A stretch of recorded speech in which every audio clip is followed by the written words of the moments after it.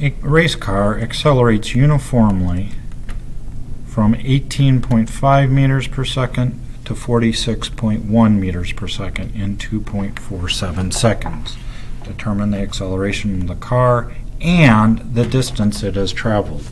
There are actually two different problems here, but that's okay. Once we have our givens, it's going to be fairly easy to run two different phenoms in order to solve this. So velocity initial equals 18.5 meters per second, and velocity final equals 46.1 meters per second. I also have a time here of 2.47 seconds. So in my givens, I can go velocity initial equals 18.5 meters per second, and velocity final equals 46.1 meters per second, and time is 2.47 seconds.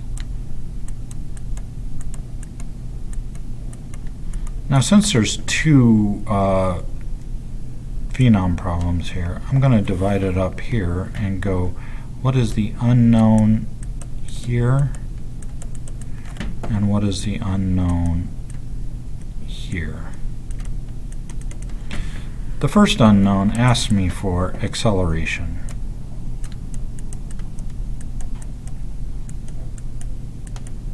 The second asks me for displacement in the x.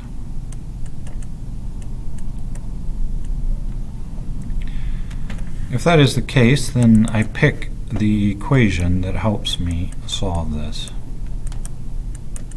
So if I have a velocity initial, a velocity final, a time, and an acceleration, I'm going to use the acceleration formula.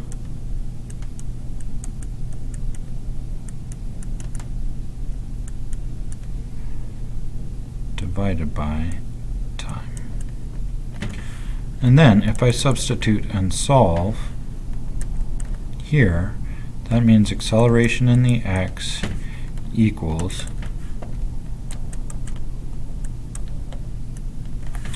velocity final is 46.1 minus velocity initial is 18.5, and all that is going to go over 2.47. So acceleration in the x equals, now I can do what's in the parentheses first. That's what parentheses are there for, to tell it, kind of give you instructions on what to do first. 46.1 minus 18.5, and I get a quantity of 27.6. But I'm going to divide that by 2.47.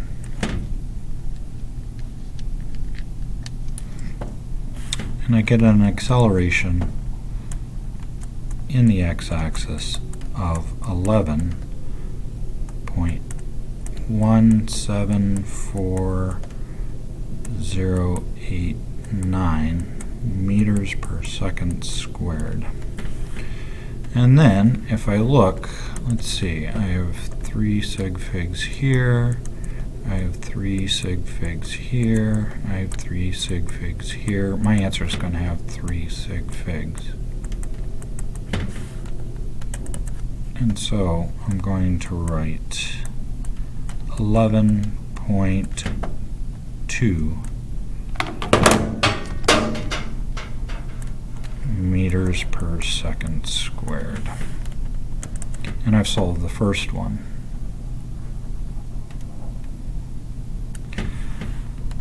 In order to solve the second one, I just need to change the equation that I'm going to use. And so now I have a velocity initial, a velocity final, a time, and a displacement.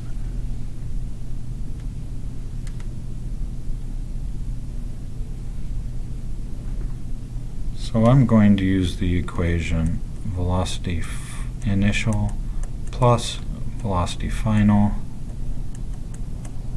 all that over 2 equals displacement over time. If I substitute numbers for letters, my velocity initial is 18.5. And to that, I'm going to add my velocity final, which is 46.1. I'm going to take that quantity and I'm going to divide it by 2.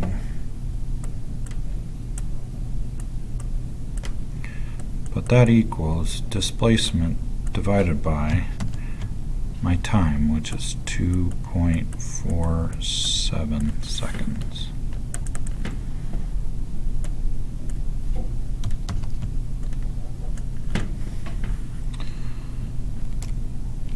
.5 plus 46.1 gives me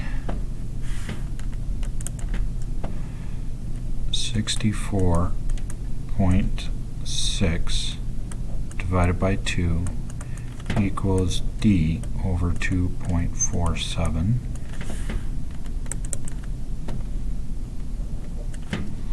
Divided by 2. That gives me 32.3 equals d over 2.47. And I'm going to multiply both sides by 2.47. I do that on the right so that I cancel, but whatever I do to the right, I have to do the left, times 2.47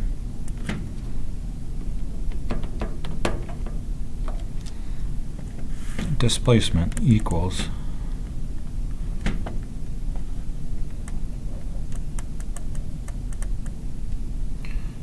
79.781 meters. But then if I give it the proper number of sig figs, that's 3 sig figs,